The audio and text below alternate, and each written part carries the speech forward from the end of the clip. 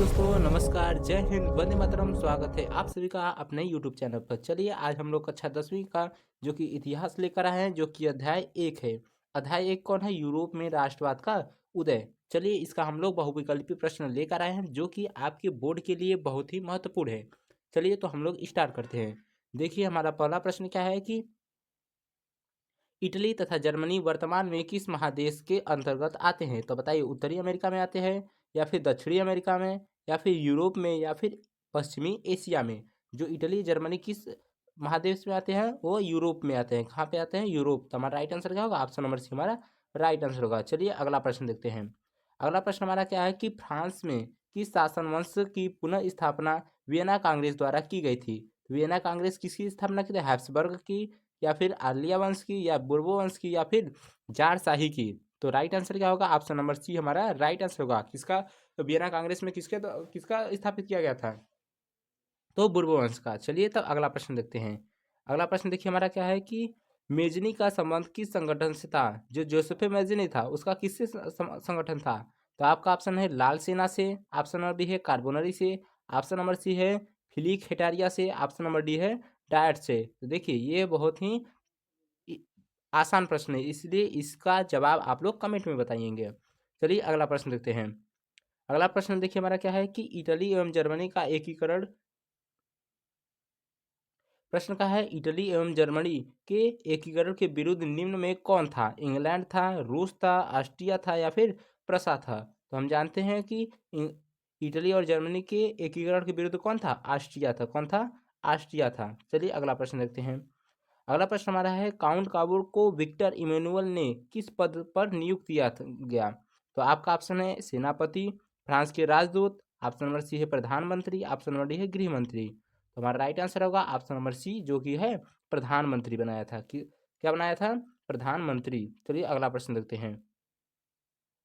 अगला प्रश्न है जर्मन राइन राज्य का निर्माण किसने किया था? तो आपका ऑप्शन है ऑप्शन नंबर ए लुई 18वां ने, ऑप्शन नंबर बी है नेपोलियन बोनापार्ट ने, ऑप्शन नंबर सी है नेपोलियन फर्स्ट ने, और ऑप्शन नंबर डी है बिस्मार्क में ने। तो हमारा राइट आंसर होगा ऑप्शन नंबर बी, जो कि है नेपोलियन बोनापार्ट ने किया था। चलिए अगला प्रश्न देखते हैं। अगला प्रश्न हमारा है कि जालवे रायन कैसी संस्था थी? तो आपका ऑप्शन है क्रांतिकारियों की थी, या फिर व्यापारियों की थी, या फिर विद्वानों की थी, या फिर पादरी एवं सामंतों की थी? तो हमारा राइट आंसर क्या होगा? ऑप्शन नंबर बी, जो कि है किसकी थी? जालवे रायन एक व्यापारियों की संगठन थी। चलिए व्यापारियों की संस्था थी। चलिए अगला प्रश्न देखते हैं। अगला प्रश्न हमारा क्या है कि रक्त एवं लौह की नीति का अवलंबन किसने किया? तो आपका ऑप्शन है मेजनी ने, ऑप्शन नंबर बी है हिटलर ने, ऑप्शन नंबर सी है बिस्मार्क ने, और ऑप्शन नंबर डी है विलियम फर्स्ट ने। तो हमारा राइट आंसर क्या होगा? हमारा right answer option number C, जो कि है बिस्मार्क ने किया था। किसका? बिस्मार्क ने। चलिए अगला प्रश्न देखते हैं। अगला प्रश्न हमारा क्या है कि अगला प्रश्न है फ्रैंकफर्ट की संधि कब हुई थी? तो जो फ्रैंकफर्ट की संधि कब हुई थी? 1864 में हुई थी, या फिर 1866 में हुई थी, या फिर 1870 में, या 1871 में? तो हमारा राइट आंसर होगा ऑप्शन नंबर डी, जो कि 1871 में हमारा राइट आंसर होगा। चलिए अगला प्रश्न देखते हैं। अगला प्रश्न हमारा है कि नेपल्स की क्रांति कब हुई थी? जो नेपल्स की क्रांति कब हुई थी? तो 1820 में हुई थी, या 1821 ईस्वी में, या 1822 में, या 1823 ईस्वी में? जो नेपल्स की क्रांति कब हुई थी ऑप्शन नंबर बी हमारा राइट आंसर। कब हुई थी? 1821 ईस्वी में। कब हुई थी? 1821 ईस्वी में। चलिए अगला प्रश्न देखते हैं। अगला प्रश्न हमारे चार्टिस्ट आंदोलन कहाँ हुआ था? तो चार्टिस्ट आंदोलन कहाँ हुआ था? तो आपका ऑप्शन है फ्रांस में, ऑस्ट्रिया में, हंगरी में, या फिर इंग्लैंड में? तो हमारा राइट आंसर होगा ऑप्शन नंबर डी हमारा राइट आंसर होगा। किस में हुआ था? इंग्लैंड में हमारा राइट आंसर होगा। चलिए अगला प्रश्न देखते हैं। अगला प्रश्न हमारा है कि यूनान को एक स्वतंत्र राष्ट्र घोषित किया गया कब? 1835 में, 1832 में, 1842 में, या 1830 में? तो हमारा राइट आंसर होगा ऑप्शन नंबर बी, जो कि है 1832 में। 1832 में यूनान को एक स्वतंत्र राष्ट्र घोषित किया गया। चलिए अगला प्रश्न देखते हैं। अगला प्रश्न हमारा क्या है कि कार्बोनरी संगठन किस वर्ष हुआ?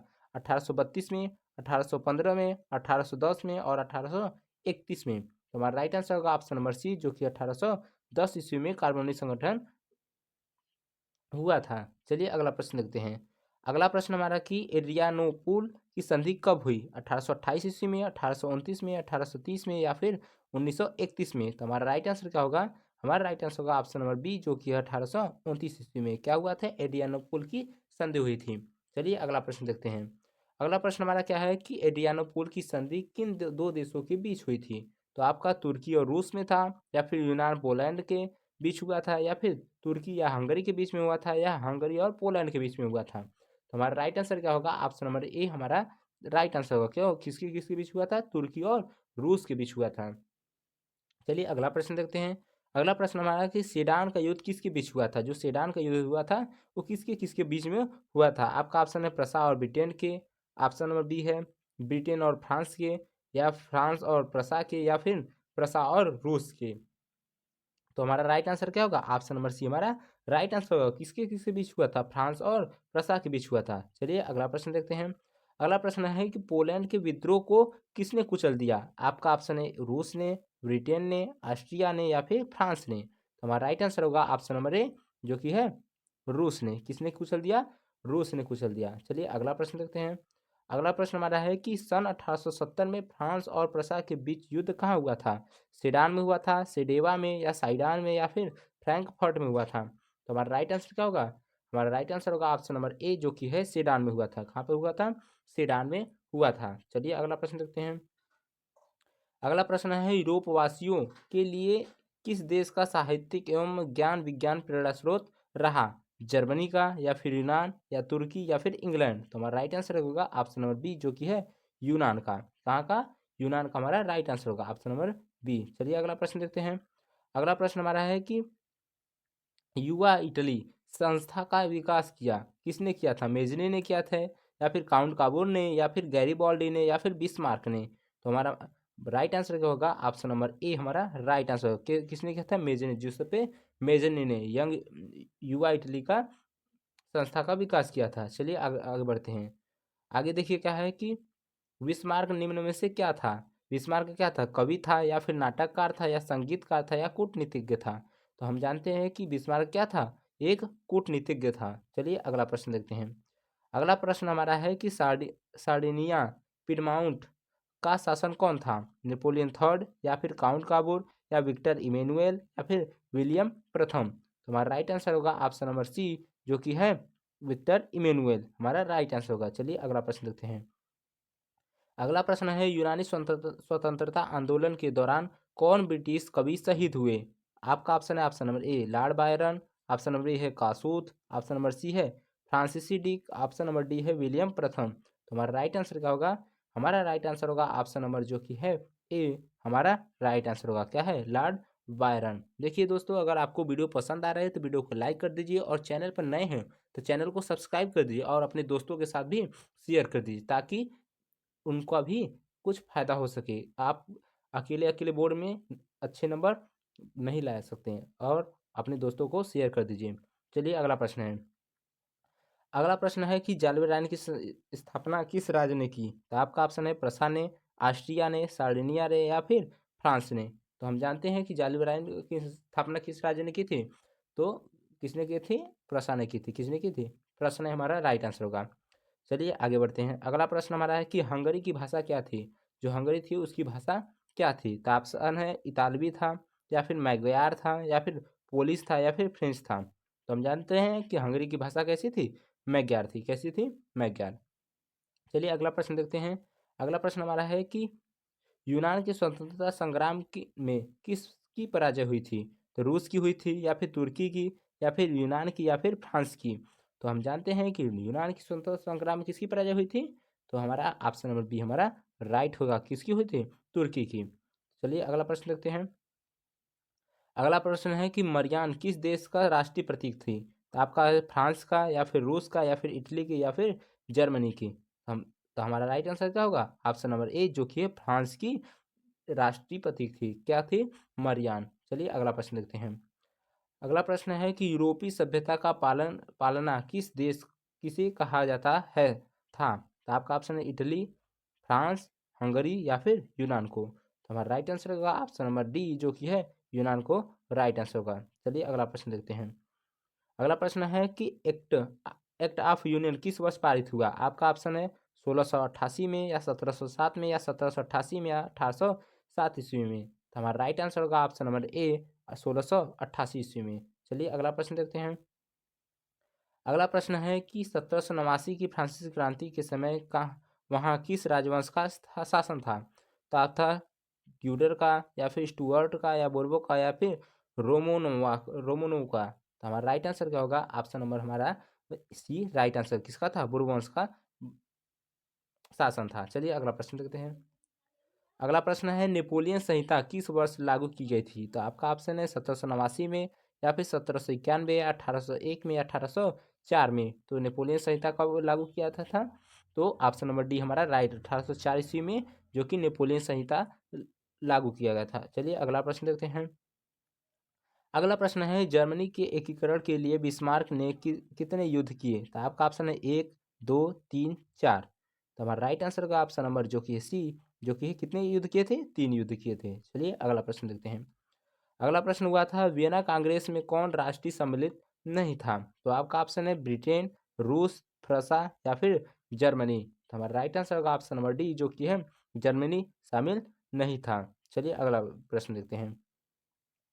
अगला प्रश्न है कि वियना कांग्रेस में परितंत्र संघ की योजना किसने प्रस्तुत की? आपका ऑप्शन है रूस ने, ब्रिटेन ने, फ्रांस ने या फिर ऑस्ट्रिया ने। तो हमारा राइट आंसर होगा ऑप्शन नंबर ए जो कि है रूस ने। किसने की थी? रूस ने। चलिए अगला प्रश्न देखते हैं। अगला प्रश्न हमारा है कि यंग इटली की संस्थापक कौन था? जियोबर्टी, काबूर, मेजनी, गैरीबाल्डी। तो हमारा राइट आंसर होगा ऑप्शन नंबर सी जो कि है मेजनी। मेजनी ने यंग इटली की संस्थापना की थी। चलिए अगला प्रश्न देखते हैं। अगला प्रश्न हमारा है कि फ्रांस के किस राजा ने कहा था अंग्रेजी राजा की भांति शासन करने की अपेक्षा लकड़ी काटना अधिक पसंद करूंगा? तो आपका लुई 16वां ने, नेपोलियन पापा ने या फिर लुई नेपोलियन ने या फिर चार्ल्स 10 ने। तो हमारा राइट आंसर होगा ऑप्शन नंबर जो कि है डी किसने? चार्ल्स 10 ने। चलिए अगला प्रश्न देखते हैं। अगला प्रश्न हमारा क्या है?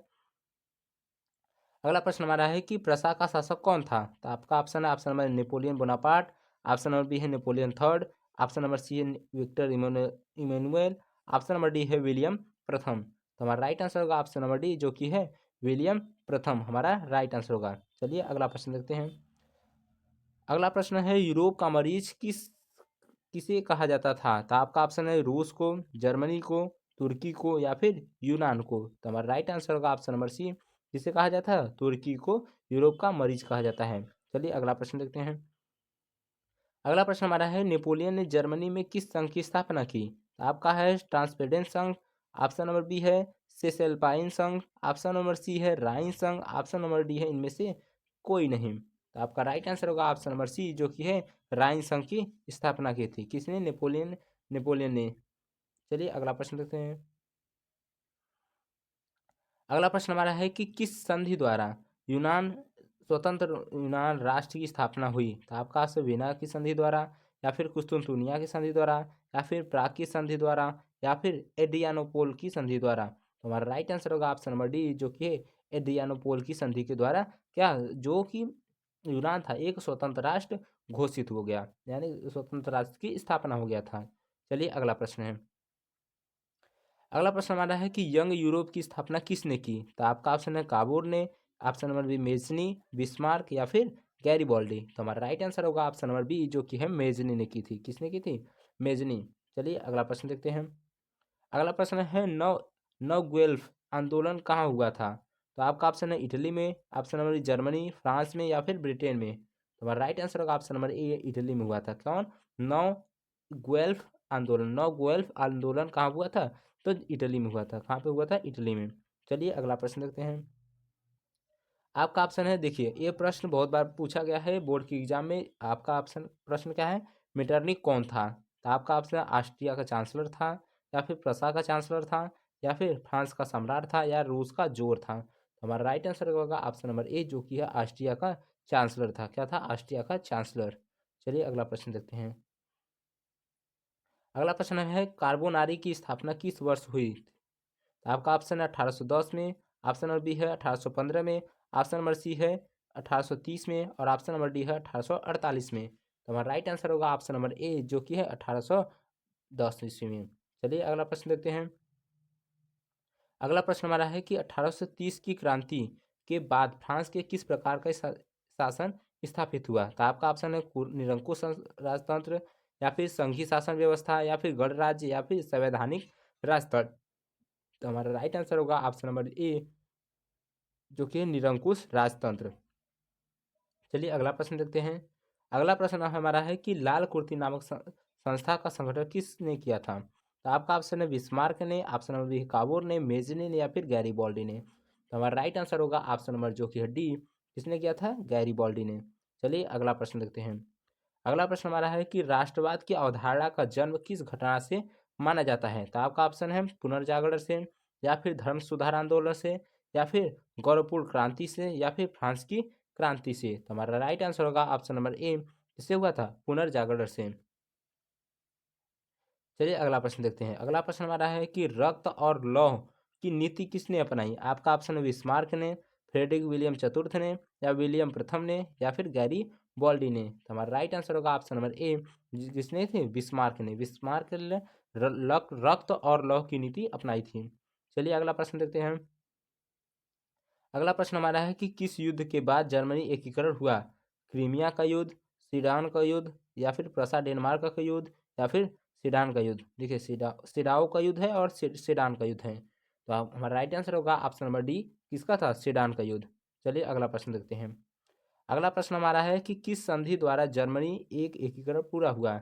जर्मनी का एकीकरण पूरा हुआ। तो आपका ऑप्शन है डेनमार्क की संधि द्वारा, या फिर गैस्टीन की संधि द्वारा, या फिर प्राग की संधि द्वारा, या फिर फ्रैंकफर्ट की संधि द्वारा। तो हमारा राइट आंसर होगा ऑप्शन नंबर जो कि है डी, किसकी? फ्रैंकफर्ट की संधि के द्वारा। चलिए अगला प्रश्न देखते हैं। अगला प्रश्न हमारा है कि जर्मनी एवं इटली के एकीकरण के समय फ्रांस का क्या शासन था? मतलब फ्रांस का शासक कौन था? तो आपका ऑप्शन है नेपोलियन बोनापार्ट ने, या फिर नेपोलियन थर्ड ने, या फिर विक्टर इमैनुअल ने, या विलियम प्रथम ने। तो हमारा राइट आंसर होगा ऑप्शन नंबर बी, जो कि नेपोलियन थर्ड ने। दोस्तों अगर वीडियो पसंद आए तो वीडियो को लाइक कर दीजिए, और चैनल पर नए हो तो चैनल को सब्सक्राइब कर दीजिए, और अपने दोस्तों के साथ शेयर करना ना भूलें।